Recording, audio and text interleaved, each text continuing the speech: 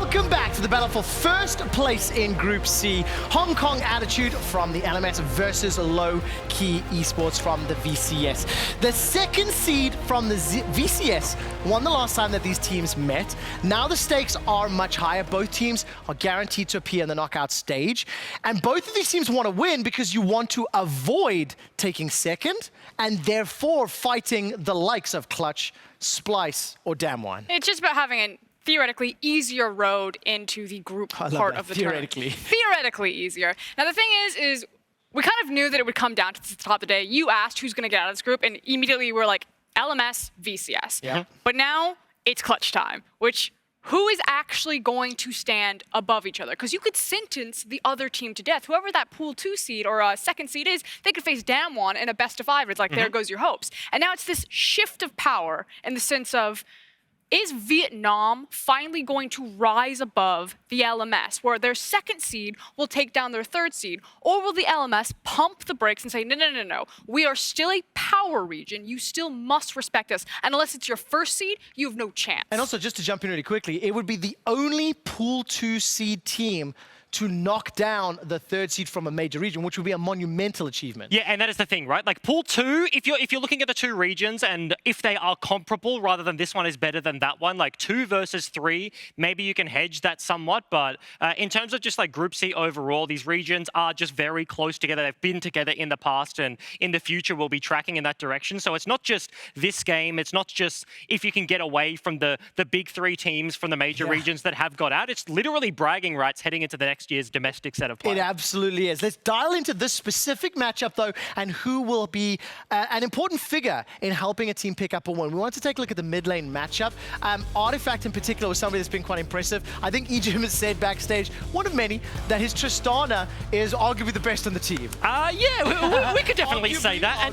And it was in this matchup, right, versus HKA, and they flexed around the Syndra. This was the first successful Syndra flex to the bottom side that I believe we saw in the tournament. So that means Tristan to the mid lane. Artemis had an absolute banger performance, and he's looking to replicate against Mission here today.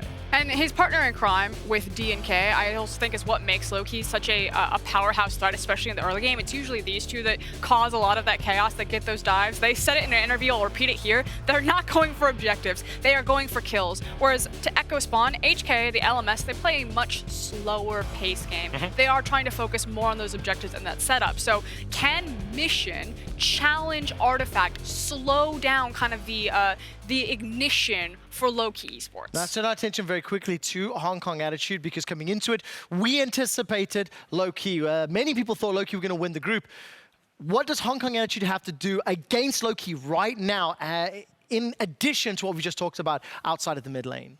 I mean, I think it's 2 factors. A, you have to have some semblance of an early game. The meta, the tournament, even in just plans, has taught us that. I think it's only going to get stronger as we go into the group stage. And then 2, you have to have late game insurance policy, because people will make mistakes. It is a high pressure situation. We just saw that from the last game, that if you have the late game insurance of a Fiora, you have to have that staple. All right, just as this B-roll is running, we have a few seconds before draft.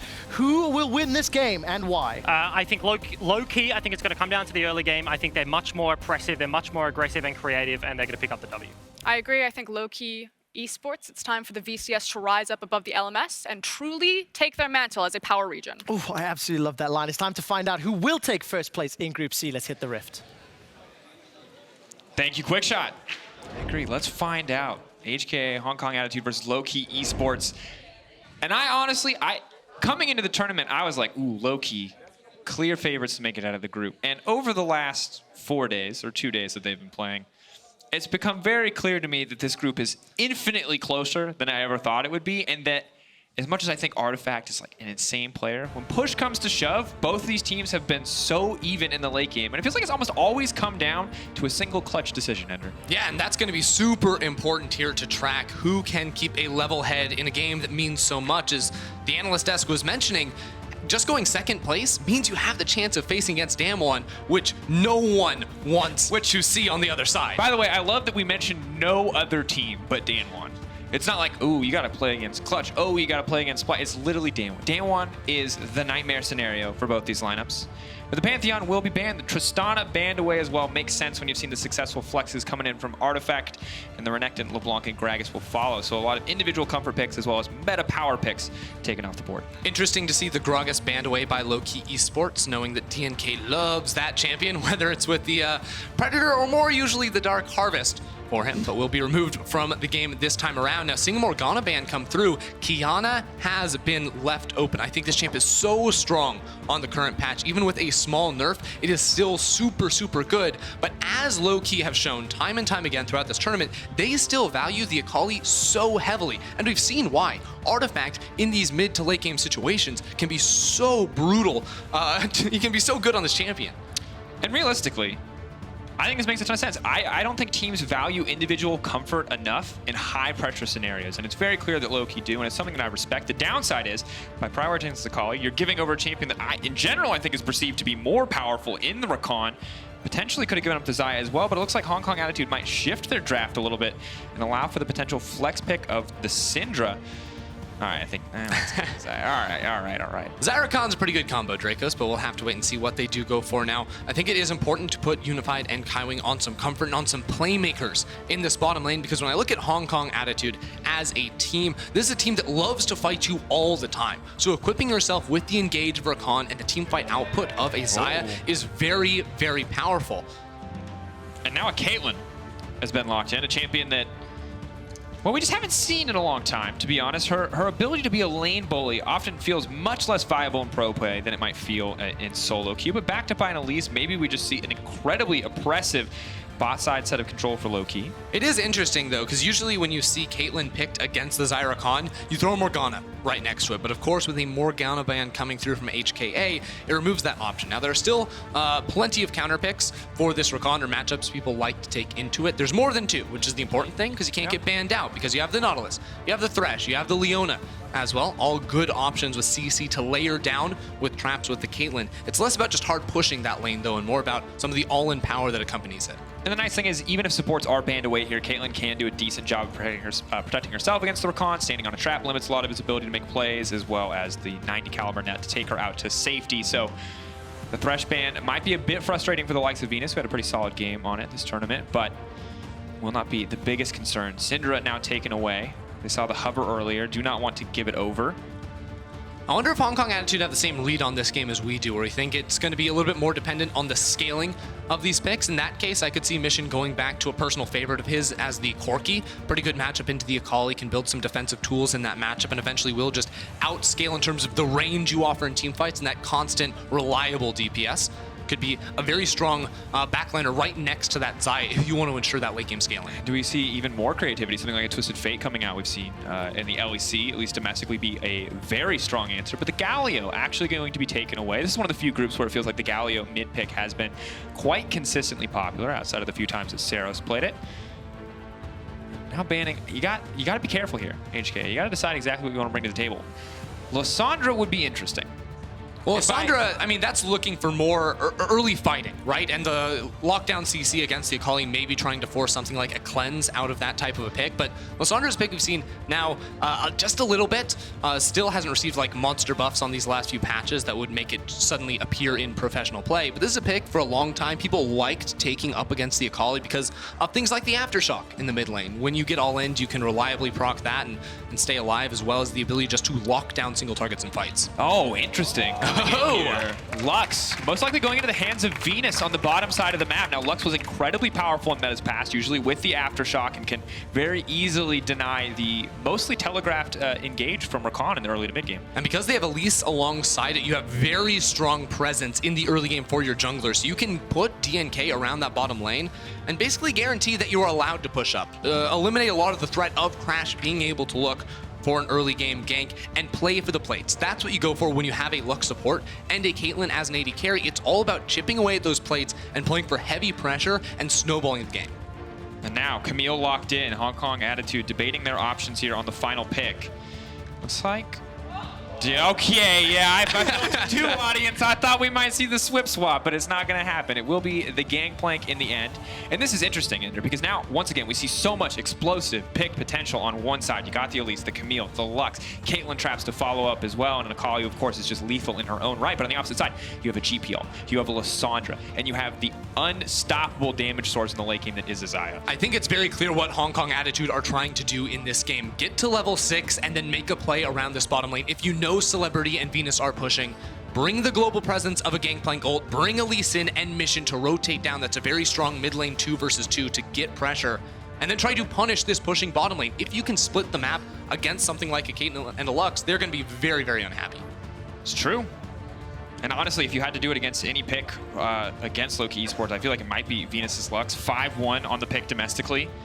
Huge comfort pick for him. And honestly, like a champion that, in our experience playing bot lane, can do one of two things. It can sit there, it can be the snare bot mid to late game, or if it gets ahead, can just dominate. And you guys can't see the summoner spells on screen right now. We can before we get into Pixman. That's an Ignite.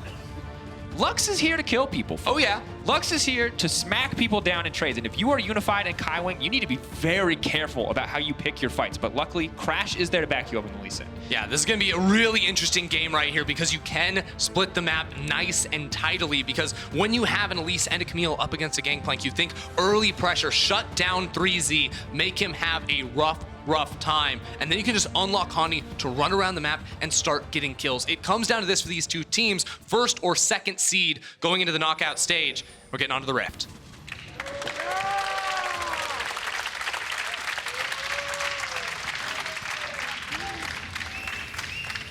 Before this game, both these lineups got to breathe a sigh of relief as Mega was no longer in contention. They both knew that they would leave the stage, but as you said, Ender, now fighting for first seed. Crucial. Not quite do or die, but as we continue to mention, with Danwon in the potential running for teams you'd have to play as a second seed, it does feel a little bit like do or die. An early game, we talked about Elise in the past. I do want to get your thoughts on this Lissandra. We have the cleanse coming out for Artifact in the mid lane. How do you feel about this matchup? Because to me, I've seen Lissandra nerf so many times, it's hard to imagine picking her, but it still seems like so many teams are confident to do so. At the same time, we've seen some recent Akali nerfs as well. And a lot of, when we saw this matchup being played so much, actually at the tail end of last summer split going into Worlds, you would see this matchup where Lissandra wins mid lane early levels, you have the range, you have the push, you go up 10, 15 CS, and then at level 6, Artifact just kills you. Akali has lost so much damage on her ultimate now that I don't think that's a realistic possibility. Artifact's also going to be running the cleanse in this matchup, so it's going to be a little bit more stable for the side of Mission. I think he will have the upper hand. But then the difference maker, of course, can be DNK in the jungle. The additional burst to come in from an Elise potentially. Obviously, Lissandra's going to have a lot of safety, but doesn't have a cleanse of her own to deal with an Elise cocoon. So has to be very careful about how Mission's going to spend his time as we see the junglers leashing on the bottom side, but no leash for Crash on the top. Yeah, so there's a lot of moving pieces for Lowkey and their plan going into the early game here. Specifically, we look at, let's start in the bottom lane, right? You have heavy pushing bottom lane, teleport on Celebrity. You want to be able to apply pressure. And ultimately, this bottom lane is going to be vulnerable. But because they're pushing, they can't actually get ganks, really. It's going to be difficult for them. They're letting the wave come into them now because DNK is going to be moving away. But eventually, you hope that a Lux Caitlyn can 2v3 this lane, or just put the lane in position with the poke that Unified and Kaiwing can't actually force a fight. At the same time, in mid lane, Artifact just going to be scaling up. You've got the cleanse, so you're not looking for a whole lot of fights. But that's where Lowkey want to go up top side. DNK plus Hani do have the ability to influence this match. Maybe look for dives, look for ganks, burn a flash off of 3Z, make him very, very uncomfortable, while the rest of your map is playing safe in mid lane, as I mentioned, and also pushing down bottom lane. And I feel like this Camille pick for Hani has been a nice resurgence for him. As we saw in the first day, the Gangplank pick's really not working out for him. The Camille able to have a lot of impact in the first game with LK, where he's playing today. But inevitably, keeping our eyes on the Elise as she does move topside as predicted. And there's still just a level 2 for the Camille GP. Obviously with some oranges to get out if he wants. Has started parlaying a barrel though, so will not get it until level 3. But they're not going to try to capitalize on that window and force a gank. There's also a smart ward and Tribrush to see if a dive was going to happen. Now, DNK around the mid lane. Hard gank to make work though. Yeah, creep wave's right there. If the creep wave's 10 seconds later, maybe you can force something, but it just does not work. So this is where I wonder, does DNK want to play for that bot lane scuttle crab? Because he knows Crash is pathing. He saw that the Raptor camp was taken down, and 3 minutes, 15 seconds is when the crab is going to be spawning. He does have some pressure in mid lane, but doesn't in bottom lane. So I don't actually think he can stick around here because you can see already Kaiwing on the move. and be able to team up with Crash and force DNK away. Kick does connect. Cocoon follow up. DNK will get knocked up. Can go up, but is going to be forced to come down. Luckily, Scryer's Bloom right there, so well played, but is going to have to give up. Too low on health now to try to contest this, so good play overall from HKA. And now Crash has the opportunity to walk in and take the low-key Raptors, I think, if he wants to make a move, because he had a ward that saw DNK pathing up topside. He knows the play is going to be onto that crab. So I know he doesn't have push in mid lane, but this is a point where I think you can take that calculated risk. Go take the enemy Raptor camp and get yourself a little bit of lead. Leave a small Raptor there so that it doesn't actually respawn at a higher level for more value for DNK. But now, because he hasn't taken anything, DNK has the opportunity to make a play happen. And with more ranged minions in the top lane, it's going to push out for 3Z and put him vulnerable. Shot has connected. Hani definitely taking the bad end of that trade, though. GP coming out on top, has additionally the Biscuits, too. So Battle of the Biscuit Sustain versus the Fleet Footwork. How long does DNK want to stay? Because I think on the next wave it will push out, but 3Z might not actually stick around for that one. So they make the call not to have the play happen, and that means Hani's going to turn this around and try to fully push out that minion wave. There's a lot of deep vision on the top side of the map, so he can feel comfortable making that push up even without a jungler. Yeah, and I feel like you have to be painfully aware that if you stay too long, Lee Sin will eventually invade and take your Raptors. Will realize that you're somewhere along the top side of the map. The good news is he has laid down a bit of vision, which will allow them to track Crash. Crash, though, love this from him. Perfectly times the back with the respawn of his own Raptors. It's really optimizing the efficiency here. Does immediately get spotted, however, so we'll give Elise access onto the bottom side of the map if they want to play for anything onto the Xayah Rakan. Normally the lane we assume to be the aggressive one, but this is very poorly timed aggression. If Venus manages to land a snare on the back side of this, could turn. Kaiwing backing up, but has no mana. Unified, they're just trying to force the wave out, but DNK is on the way in. Cocoon does not connect, however, and Celebrity and Venus actually just too low to sustain a fight there. Hong Kong Attitude have to be so happy with how this game is being played so far. You know, 3Z going actually up in CS. I know there's a big wave for Hani to cash in on, but also bottom lane, who without any pressure really from DNK has not been allowed to walk forward and hit the tower. 5.5 minutes in, and no plates have been taken on that bottom side of the map. Shield comes out.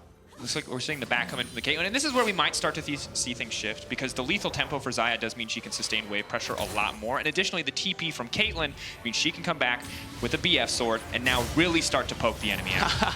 The Guardian giving the shield over to Unified to make sure that he can go ahead and get back to base. Now Celebrity will be trying to push out this lane, but with another minion wave coming, this is a situation where I thought maybe with the TP you have enough time to free hit onto that tower, but the second wave snuck on in here, and now I don't think he's actually going to have that opportunity because he doesn't know where the enemy jungler is, and that bot lane from HKA is going to be getting back pretty quick. Question is, can he actually try to set up a freeze here? No, it looks like he will at least get a few autos off, deny 1 or 2 creeps with the cannon there, shouldn't get too much. And does still have to pay respect to the Rakan. He gets it. So good to have the plate. Once again, won't get that gold for a while, but a small advantage to the side of Celebrity. And the reason why he can step up there, you actually see both mid lane and jungle from Lowkey Esports making that move, not fully committing towards the bottom side of the map, but saying, we can get here quickly if you need us, and at least you have the flash to back away and in case there was going to be a play down there. So now with a little bit more pressure, they can step forward and hit the towers, but it's going to have to be sustained pressure, I think, because even with just the BF sword, I don't think Lowkey are strong enough to turn around a gank. I think that's where Morgana is going to give you a lot more value than the Lux, because you can absorb that initial CC, and while Lux does more damage than Morgana and can, you know, scale up and be pretty oppressive in the later stages of the game, I don't think it's as powerful when defending against a jungle gank. It's also just very hard to hard push a wave out as Caitlyn when Xayah is there trying to match you. You have the range advantage for the trades, but she just has so much more wave clears with the clean cut passive, the ability to hit through the creep wave, as well as the additional attack from the lethal tempo. But you can see Celebrity pulling just a small bit ahead of his respective opponents, and that is the additional turret play. It might start to shift, though, as Mission looks to grab one of his own. And so far, so good for the Lissandra in the early game. Has gone back, has gotten the last chapter. Artifact might try to look to change that, and while Mission can't necessarily play the aggressor here in this lane, can definitely continue to just push this out over and over again. And it's been an interesting couple of years for Mission too, because this has been a guy that's been around the LMS for quite a while now, and he actually qualified for Worlds with HKA back in 2017. But in 2018, he was traded away. They brought in Chawi, another, you know, legendary mid laner in the region that a lot of people will recognize from international events, but Hong Kong Attitude were unable to qualify. Then Mission says, I'm coming back, and right here they are one more time. But the last time they were in Worlds, they were the first team from a major region not to actually make it out of the play-in stage. They got put up against Fnatic in the best of fives after some poor seeding and performance in group play, and all of a sudden they got 3-0 and eliminated. And look, that's not something you want on your resume. It's like Team Liquid knowing that they lost the fastest international final. There's good things to put on the resume, and there's bad things to put on the resume. And that's one of them. You just got to do him like that. Henny's not even in this game. It's perfectly appropriate given the discussion. It's not flame, it's That's fair. analysis. Kind of. Oh, here we go. Engage going in. Kaiwing gonna find the double mock-up. The Gangplank coming in clutch here. Venus is just gonna get taken down. First blood. Crash is on the way for the follow-up. DNK coming over the wall, trying to mitigate as much as he can. Crash not gonna try to go in on that one, but fantastic use of the GPL. Great communication from the side of HKA. It's exactly what I said was going to happen in Champ Select. Level 6 come around and you make a play on bottom lane because this duo will be pushing up. And Kaiwing made that play happen. It was very telegraphed. You know, pops the ultimate straight in the middle of vision, but he says, we can make this play happen and there's nowhere you can go. That's a luck. It's not a Morgana, so you can't break the initial CC, and there's no way Venus was going to be escaping from that one. It's well played. Locks up 2 members, makes it easy. Now able to grab the Cloud Drake, seeing the next spawn is going to be Infernal will change, I think, some of the priorities of both teams if they want to force that one. Next. It does respawn, and Mission and Crash now moving together. Of course, will be spotted out. And now there's a pretty big window where Hong Kong can look to make another play on this bottom side of the map. No flash on Venus. Celebrity lost his as well. And, well, yes, Kaiwing, the primary initiation tool, is not going to have his either. Crash has the ability to come from behind, you know, on this Lee Sin with the kick available. So I would love to see him try and get involved, especially because Celebrity has no mana. This is way too Ward hop kick. aggressive. Here you No! go. Kick out. Might still be able to finish it off, though. He has TP behind. Smite as well as Conqueror proc. Celebrity's still going to die. The Lee Sin is so powerful, and now the Lux will get dropped too. Now locked up under tower, manages to get that, but here comes Hani trying to clean up a play. Body block is there from Kaiwing. Well played by the side of HKA, but Celebrity could not afford to push up that far. It was almost a disaster there from Crash, but he's able to make it work in the end. And they get even more on top of it than just the 2 kills, because that's also a TP lost from Hani. And you know what? In about a minute here, I think, for Gangplank, 50 seconds away, he's going to have Cannon Barrage up and a teleport, and Hani's going to have no ability to make it into the bottom lane. So Celebrity and Venus, they're pathing back down here, but there's imminent doom on the horizon. And realistically, just looking at this one, Ender, this has been a very difficult early game for the side of Lowkey.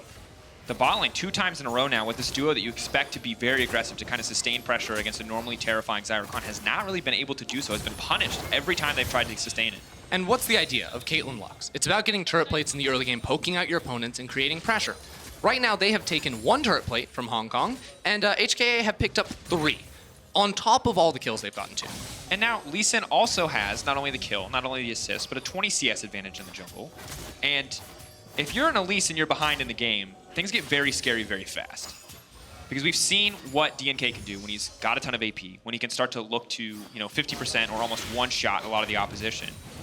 But if he's behind against tankier champions like a GP, like a Lissandra, harder champions to lock down, like a Xayah, you might just be irrelevant as we get later in the game. Yeah, and that's why Lowkey fans are all going to be looking at Artifact. When is he going to be unlocked on the map to do something? Because right now he's stayed even in mid lane, but haven't seen any, you know, flare around that area of the map. But his life is not going to be easy the later on we get, because he's always going to be looking at, you know, the CC chain of a Lissandra as well as you know, the self peel on both Unified and Mission. It is really, really hard, I think, for Artifact to play in these fights. Look at that. Aftershock. Like, how much fun is he having? Not much. Not getting much done either, which I think might be more important than the fun aspect. Crash probably just going to try to dash out here. Everyone throwing out the warning shots. And so, okay, this reminds me a lot, if you remember 2018 Madrid Summer Final, right? The one game that we saw Schalke win versus Fnatic was when Nukeduck took Lissandra and took Caps out of the game. It wasn't about winning lane. It was about taking a key player on the enemy team, the most key player on the enemy team at the time, completely and totally out of the game. And it feels like HKA have identified a similar win condition and have just decided, look, Artifact, we recognize you're probably the strongest individual player. We're not scared about Hani. DNK is great, but we're not worried about him without a strong early game. And if we just make sure your Akali doesn't get anything done early to mid, we can take over this match. Yeah, and the last time these guys played against each other, remember, it was Artifact on that Tristana with so many kills, really snowballing off these early fights. So the fact that Hong Kong Attitude have been able to slow down the pace of the game and really only attack the areas of the map where they know they have the strong ability to has been very, very strong for them. Now, for HKA, I want to see another play. They have the Gangplank ult again, crashed on the bottom side of the map, and there's still about 30 seconds left before the flashes are up on both of these 2 players. So I really like the move from Crash to come in here. That kick connected, someone probably would have died. Crash, though, just going to focus on taking down the vision, and they are going to push in on the bottom side. And you might say, why throw out the Sonic Wave right there? Why reveal yourself? I think that was a pretty hopeful play, but knowing that Flash was going to be up so soon, they didn't really have time to wait for a dive there. They just wanted to see, could they seize the window and make something happen? They couldn't. Now the punishment for revealing himself and not making a play happen is now that DNK and Hani are going to be starting up this Rift Tail. And the question is, can a rotation come through fast enough? Which I don't think it can, because even if Unified were to try and run over here, Celebrity has the TP, which he's going to be using, because Lowkey want to get out of the laning phase now, because it has not been going off for them so far. Can't just take this one down, use the Rift Herald top lane, try to break open this landing phase, but in the meantime, the consolation they're going to have to give over to the enemy team is the Infernal Drake priority on that spawn. And it is a 4K deficit just about in this game, 3.5.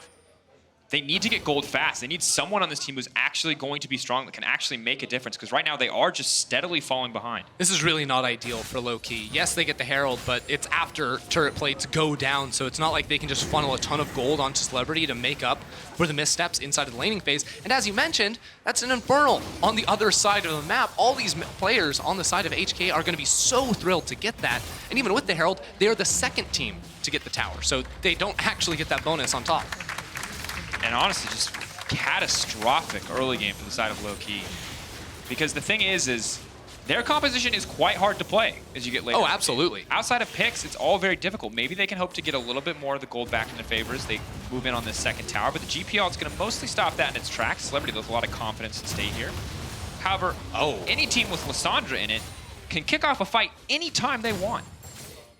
Yeah, it's super, super easy. The long-range engage too without committing with Gangplank as well. I think HKA have a very clear way to play through the rest of this game, and it is just looking for these fights, controlling areas of the map, making sure that side lanes can't really get out of control with, Hani on that Camille, because we do know, we've seen this matchup, that eventually Hani will take over, but the fact that Gangplank is just up 30 CS passively out of the laning phase means that's actually not really happening just yet. It's a Trinity Force completed already for 3Z, and Hani is just sitting on, a couple of components. The additional sustain will be nice, but might not be enough in the 1v1. And as you said, as we get later and later, level 11 Gangplank, level 2 Cannon Barrage, ready to go in, a certain amount of time. I didn't realize it was on cooldown. And for 3Z, very easy for them to continue to control these major objectives. And I think no real chance for Lowkey to move in here and try to contest vision around the Baron if HKA get control of this mid lane. So it is kind of now all eyes on Celebrity and Venus to try to hold on to this one. And similar to what I've said, in past Lowkey games, is they actually have tools to find picks without committing themselves into the fight. So I think if this team is able to, control certain areas of the map and play off of Luck's bindings and DNK's cocoons, they do have ability to try and stall out the game and get to a more comfortable position for both Celebrity and Artifact on these carries. But ultimately, whenever the numbers are going to be evenly matched between HKA and Lowkey, it's always going to go the way of HKA, and that's when it becomes very, very difficult. Now, both teams are splitting the map at the moment. 3Z sticking around, though. Dodge. And the numbers are not matched. Look at bot lane, though. They're chasing them down. Only thing that's going to connect, and now Kaiwing, Crash, and Mission set their sights in this tower. A Demolish Proc is going to help, but probably not enough to tear this one down, so just a bit of poke damage traded back. And I want to go back to something that Spawn talked about when we saw this team. The idea of the VCS is a prove-it region. Like, you want to make a mechanical outplay, prove that you can do it, and then we'll respect it. And right now, I feel like the VCS are the team that have to prove it. Wait, are we just going to keep going? Yeah, they got to prove something. Wait, they're... Okay, Lowkey are recalling right now, but this tower, it's not going to go down fast. There's no AD carry in the area, but it is going down to about half HP now. Actually, I don't think that was worth from HKA. I think what I would have loved to see them do is, instead of pushing forward for that inhibitor tower, because let's be real, Gangplank's never going to really threaten that objective. I would have liked to see them move up through that bot side jungle and threaten that mid lane tower, because it was only Celebrity defending against that. I think there was a real opportunity for them to take that, and knocking down that mid lane tower, as we've said so many times before, really enables you to accelerate the pace of the game. At the same time, Lowkey overstay, make a mistake on the top side. GP, very easy for him to clear the wave, and they would have gotten the inhibitor. So I agree. That's kind of what I would have preferred too, but I can see the logic. I can see that, hey, if they want to double down, if they want to base race us, we'll take it because they're going to win. Makes sense there for them. And Cannon Barrage is now up and available. And Artifact going to just move onto the top side and collect as much CS as he can. He was kind of our player to watch, a guy to keep our eyes on. He just has been kind of quiet this game. He's getting items, and that's just been his job, He was in a counter matchup for especially the early laning phase. He's now come out of that. I think he is very good at playing side lanes. That's one thing that Artifact will do a lot, is pick up a lot of CS in his games, whereas Hong Kong Attitude are so focused on being able to group up and find team fights. Sometimes they will drop minions a little bit and not focus on those quite as much. But we've reached the point in the game where Unified is just going to be trying to pick up absolutely everything. You know, park him in the mid lane, allow him to clear away waves, play off of both his Raptor camps and also the enemies. That's one thing you can do as an ADC when your team has Elise. Just walk into the enemy jungle, try to steal those away and build yourself up a big level lead while denying your opponent. Of course, coming up next, tiebreaker between Royal Youth and Flamengo. The final spot in their group. Dan1 has already taken first seed. You can find out who will take second later today. After we find out who's going to take first in this group right here. How long are we going to have to wait, though, Dracos? That feels like we're going to wait for a long time. If I'm honest, I feel like if you're HKA, you're feeling pretty comfy right now. Absolutely. And you know, we've talked about it. Their team fight is so much easier to execute. Scouted the bush, but did not see the Elise. But also the wave is just not in a position where Artifact can really get anything done here. Yeah, even though Artifact does have the level lead, 2v2, definitely going to go the way of Hong Kong Attitude. Black Cleaver already finished for Crash, so he's sitting at a very strong moment in this game. Probably the strongest he's ever going to be in terms of dueling. He's going to be going into the Guardian Angel later on, so it gives him more utility in terms of team fight output and the ability to maybe look for some crazier Lee Sin plays with kickbacks. But for now, if he can find someone, he can fight them and do some pretty serious damage. Definitely can. For now, doing serious damage, though, to the Ocean Drake. So third Drake going over to the side of HKA.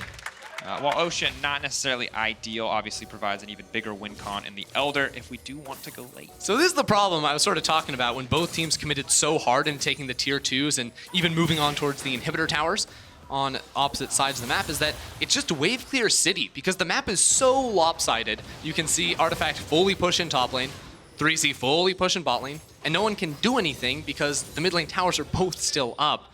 It's why we've fallen into this complete lull, and because the control over the map has been split so sufficiently, neither team is willing to walk into the area where they don't have vision. So Lowkey will continue to dominate the top side of the map, Hong Kong Attitude will continue to dominate the bottom side, and until one team wants to cross for the Baron, or if Lowkey want to cross for the Infernal in 4 minutes, it doesn't really feel like we're going to see too much.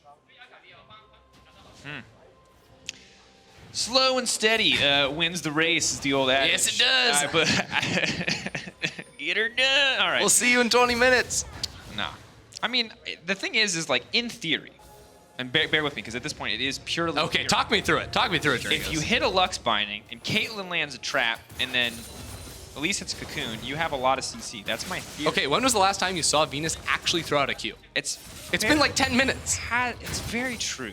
And that's not a slight on Venus. I don't know if there have been very many good opportunities, but that's like the most important Lux ability, I would argue. As embarrassing as it is to miss a laser, much more acceptable on a Lux support. Oh, and now, that's there we go. Difference maker. DNK goes up, goes, what are you doing? Goes down, goes out, and that's the catalyst we were waiting for. 5K gold lead for HKA. Could move in to take the Baron. Could look to finally break the mid lane tower. Yeah, I mean, we were waiting to see a team make the cross. It was HKA right there. Big damage. Ulti comes out. Celebrity's dead too. Ask and you shall receive. We wanted to know how long it was going to take. Instantly, the game just exploded. They're just going to go straight into the Baron now. This team was literally doing nothing, and they're like, okay, I guess we can just outplay them straight up. Now they move on to this objective. DNK going to be dead. Celebrity not going to be able to join the fight. It would at max be a 3v5, but Hong Kong Attitude are so strong right now. One tower going to go down for the Camille in the meantime. Lux going to hold on to that vision as long as she can. Maybe a hope, a prayer, a Lux ult. Where's it going to go? No. Nice try. Not going to happen. Lissandra going to take that one in the end. I just got to say, some fantastic individual plays from HKA to find those collapses. And low-key, I think just as we were, lulled into a false sense of security on the handshake farm game and instantly just blown out. Well, the weirdest thing, too, is Lowkey had a lot of vision around that top side of the map, and we haven't seen the replay to see exactly how Crash was able to get in there, but it felt like DNK didn't think Hong Kong Attitude were going to go for that play. And of course, Celebrity TP'd into mid lane just to basically immediately get taken down as well. So we were waiting for so long, and now because of Baron, this game is going to accelerate at an unnatural pace. There's all these outer turrets now for HKA to pick up. They already have a 6K gold lead, so it's just going to balloon to even more. For Lowkey now, I think they're into the pick zone. They fish for those to get themselves back into this game. We'll force Mission back, but finally, it's been 23 minutes. Oh, okay. We're going to watch this, but just know that the mid lane tier 1 is dying. Yep. And that's the moment you were all waiting for. All right, you just saw DNK. Kaiwing walked in, placed a ward, and then he one-shot him. It took a little while because DNK, you know, wanted to wait, but Crash got him in the end, and now all the tower is going to be falling down in that outer ring. HKA not going to care about bottom lane at all. They already have all the structures there that they want, so it's just about dominating this top side of the jungle and moving in to be able to quickly flex between both top and mid lane until they can crash the inner ring. Can they get the minions synced up? Of course, a minute 55 seconds, a lot of time left on the Baron. It is just survival for the side of Lowkey, holding on to as much as they can. It's one of the best things to do against Caitlyn when you are trying to siege, because of course she can just place all her traps around and make it so you can't walk up to the tower. Is just constantly rotate on her as Crash. Crash goes in on the Elise. Elise now trying to retreat. The ultimate coming off onto the side. They're trying to find the fight. They've jumped back into the laser, but they're getting knocked out. Crash still alive. The GP looking to come through. Celebrity. No, ultimate. Oh, uses his Onions to cancel it out. HKA gonna break the top lane tier 2. Crash will walk away with his life after finding the kill. Hani already dead. Huge advantage for the side of HKA. I love it. Crash just putting the team on his back now, saying, I'm going to make the plays immediately. It's sick coming through from him, going way deep right there. HKA are able to win the fight, get the kills, and also the towers on top. When push comes to shove, Crash showing up for his team. A lot of people, that's what they wanted to see from the import here. Mission now going to retreat, and fantastic position. Two more fights like that. Base could be broken wide open. They obviously haven't lost an inhibitor yet, but keep your eyes on Crash. Let's see what he does. That's blind, by the way. Is able to dodge out for just a little bit, but then ward hop into the kick. Q connect, follows it over. That's just clean Lee Sin play right there. Even has the stopwatch to cancel out the ace in the hole. Well played. Good luck. That's a 10K goal lead, a double Infernal, 7 kills to 0. We're 3 towers and Infernal, or rather a Herald for the perfect game. In case Hong Kong Attitude can't close out in the next 5 minutes, they've got a third Infernal that they'll be enjoying picking that up. Yeah. It's looking good. It's believable. It is interesting though if you cast your eyes up to the right hand, upper right corner of the screen, not just the Red Bull logo, but also the 5,700 gold Baron power play. That's a big number. That's the reason that they're now 10K, more than 10K. Yeah, that's what happens when you get some kills and also 4 towers from a Baron buff. Because you have to remember that the only 2 towers they had taken prior to picking up that buff were the bot lane outer and inner. So they really had not done too much in terms of controlling the actual map. So as soon as they got those 2 picks and moved that in, it became super easy. Just break this game wide open. Now they do have to play, I think, for that Baron to spawn one more time as the siege becomes more difficult. But this one's looking like it should be a clean close from them. As the setup comes through, Crash looks like he's just permanently fishing for kicks at this point. The binding will land. Not a ton of damage there. Don't think they're going to try to take that fight, instead focusing on wave clear. Ender, I'm going to ask you to tell me a story here. Now, I'm going to hold that thought because they're sieging. You're going to tell me a story in a little bit. Gangplank ult comes down. Luxalt to just try to clear the way. They're just going to break the base up, but they're just going to walk right in. Crash jumping into the face of the enemy. Meanwhile, Artifact trying to solo out 3Z. This could be the difference maker, but he's getting lower and lower. This is not a favorable fight. Artifact now running for his life, and that's a shutdown. Big outplay. Artifact was able to kill the barrel right there, which was the difference maker in the 1v1, while Hong Kong Attitude will find the inhibitor in the bottom lane. We had to wait 27 minutes for Artifact to enter the game. He is now here, but it seems like an almost insurmountable task for him to carry. Very difficult position. And this is the story. Okay, resets come out. Good play from HKA to break the bottom side. Okay, now break this 1v1 down. Check it out. Okay, so 3Z lands the first barrel combo, applies the passive for a whole lot of damage. And I think it's this barrel that... Oh no, he just straight up misses that. Artifact walked out of the range of that one. And then looked like 3Z wanted to jump on in there and test his luck, but that was not a winning fight for him. It looks like he flashed outside of the bush and probably did not have sight on the Akali. Didn't have foresight, that's for sure.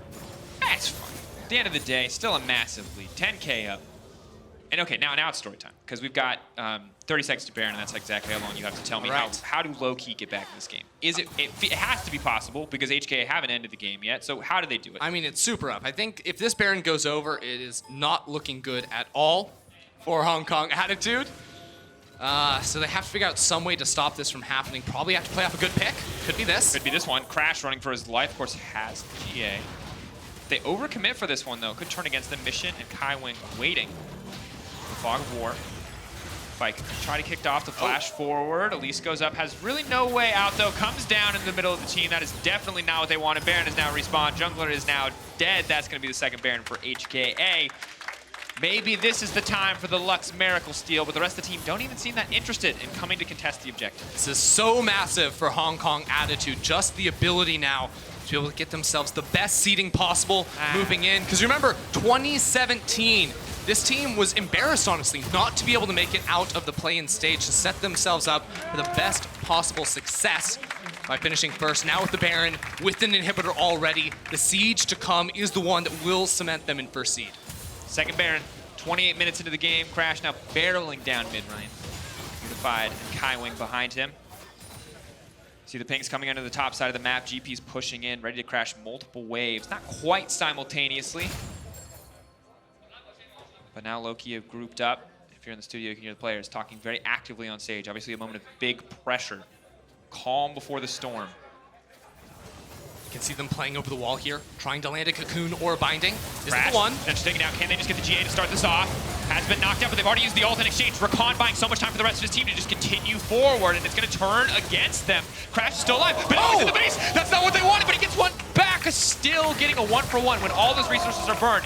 In the midst of the team, Lissandra comes out, Celebrity in trouble, now flashes out to safety. Artifact doing what he can to buy more time. Artifact, can he be the difference maker? He's invisible for right now, he dashes through, but it's not enough. 3Z will grab the kill.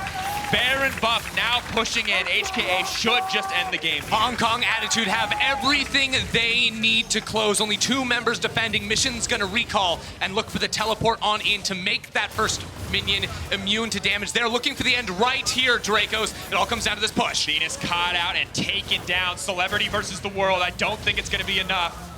Setting their sights on him instead. Unified sets his eyes on the prize. The TP's now coming in, and the 3rd seed from the LMS will take down the 2nd seed for the VCS to secure first or in this group.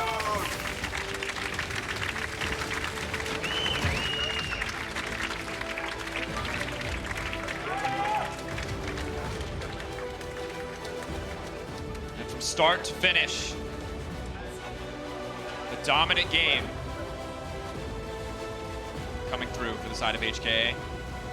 Crash stepped up so much in this game. You said it would happen. To be fair, at the start of the tournament, you told me Crash was insane. That was the game where he showed it. That was what we were finally waiting for because, the early game was slow from them, but they had the composition to attack bottom lane as soon as 3Z got level 6 on that Gangplank and attack it they did. They flipped what should have been a really tough matchup for Unified and Kaiwing, and were able to turn that pressure into a massive, massive win. Good look overall. And of course, first seed also important. Lowkey, of course, still in the tournament, just at that 2nd seed position. We'll have to see what the draw gets them as later in the day. And just a frustrating loss to be certain. We'll have a day to recover before we move into the bracket stage, maybe 2, depending on when they play their games. And look, Dracos, I can't explain to you enough how important this win was for Hong Kong Attitude to go in the first seed, guarantee themselves a good matchup, because this was a team that got eliminated in 2017. I was actually a referee on stage when they lost to Fnatic. I saw firsthand how devastated they were. Now they have absolutely the possibility of moving on to the main stage, and it started off with Crash in this bottom lane, just really getting the ball rolling. And realistically, just very well coordinated play, fantastic punish, and while this lane pushes very well, they do not survive very well if you miss those key skill shots, and overall it just feels like the counter picks coming from the side of HKA with the Lissandra against the Akali worked out great, and the counter picks of the Caitlyn Lux, the side of Lowkey, I think they got to go back to the drawing board on that one. Might have worked for them domestically, but will not work against the bot lane, against Kaiwing in the bot lane. Yeah, I mean, we talked a lot about the early game plan from Lowkey Esports. Hard camp around that top lane, make Gangplank feel bad. Artifact was just supposed to scale up, and the bottom lane was supposed to be a point of pressure. None of those things really happened except Artifact going even in mid lane, and going even is not enough to find a win over a team like HKA. The only time Gangplank felt bad in that entire game was when he lost a solo kill to Akali. There was no pressure on him in the early game. So just, once again, fantastic performance from HKA. But that group is sorted. Time for one more game, because coming up next, it is our tiebreaker game. Flamengo versus Royal Youth to decide the 2nd seed in Group D. We're going to be right back. Oh, here we go. Engage going in. Kaiwing gonna find the double mock-up. The Gangplank coming in clutch here. Venus is just gonna get taken down. This is way too Ward hop kick. aggressive. Here you No! go. Kick out. Might still be able to finish it off though. He has TP behind Smite as well as Conqueror proc. Celebrity's still going to die. The Lee Sin is so powerful, and now the Lux will get dropped too. He's just constantly rotating. On here is Crash. Crash goes in on the Elise. Elise now trying to retreat. The ultimate coming off onto the side. They're trying to find the fight. They've jumped back into the laser, but they're getting knocked out. Crash is still alive, and it's going to turn against them. Crash is still alive, but he's in the base. That's not what they wanted, but he gets one back. Still getting a 1-for-1 when all those resources are burned. In the midst of the team, Lissandra comes out. Celebrity in trouble. Now flashes out to safety. Artifact doing what he can to buy more time. Artifact, can he be the difference maker? He's invisible for right now. He dashes through, but it's not enough. 3Z will grab the kill.